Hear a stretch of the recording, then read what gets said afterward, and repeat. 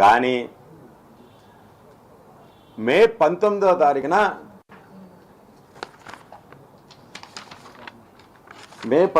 తారీఖున ఛాంబర్ వాళ్ళు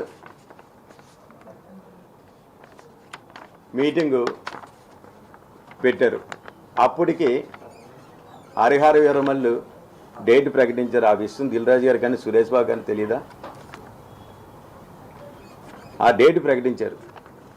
ప్రకటించినప్పుడు మాకు ఎగ్జిక్యూటివ్ చైర్మన్ అయిన రామ్ ప్రసాద్ గారు గుడివాడ ఎగ్జిక్యూటివ్ అయిన ఆయన్ని దిల్రాజు గారు సురేష్ బాబు ఫోన్ చేసి మీరు ఛాంబర్కి లెటర్ పెట్టండి అని ఒత్తిడి చేసి నిజం కదా అది ఆయన 3 సెక్టార్లలో సురేష్ బాబు దిల్రాజు గారు ఫోన్ చేశారని చెప్పాడా లేదా?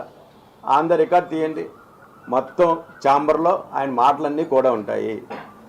దీని వెనక దిల్రాజు గారు లేరా? అదే ఆ రోజు మీటింగ్లో దిల్రాజు గారు నాకు ఉదయం 8 గంటలకే ఎప్పుడో ఫోన్ చేశారు. ఫోన్ చేస్తే నేను సెటిల్ ఆడుతున్నాను. మా కొడుకు ఫోన్ ఎత్తితే సత్యనారాయణ అంటే సెటిల్ ఆడుతున్నాడంటే ఏంటి హైదరాబాద్ రాలేదంటే రాలేదని చెప్పడం జరిగింది. అయితే అవసరం లేదులే అని చెప్పడం. తర్వాత నేను కూడా ఆయనతో మాట్లాడలేదు, నాతో కూడా మాట్లాడలేదు, ఆయనతో మాట్లాడేసి అయితే అవసరం లేదులే అని ఫోన్ పెట్టడం నిజం కాదా? ఏంటి నెక్స్ట్ ఇంకోటి, ఈ టోటల్ ఆయన చెప్పడంలో కూడా ఏం చెప్తున్నాడు ఆయన? ఏప్రిల్ తూర్పుగోదావరి జిల్లా జరిగింది.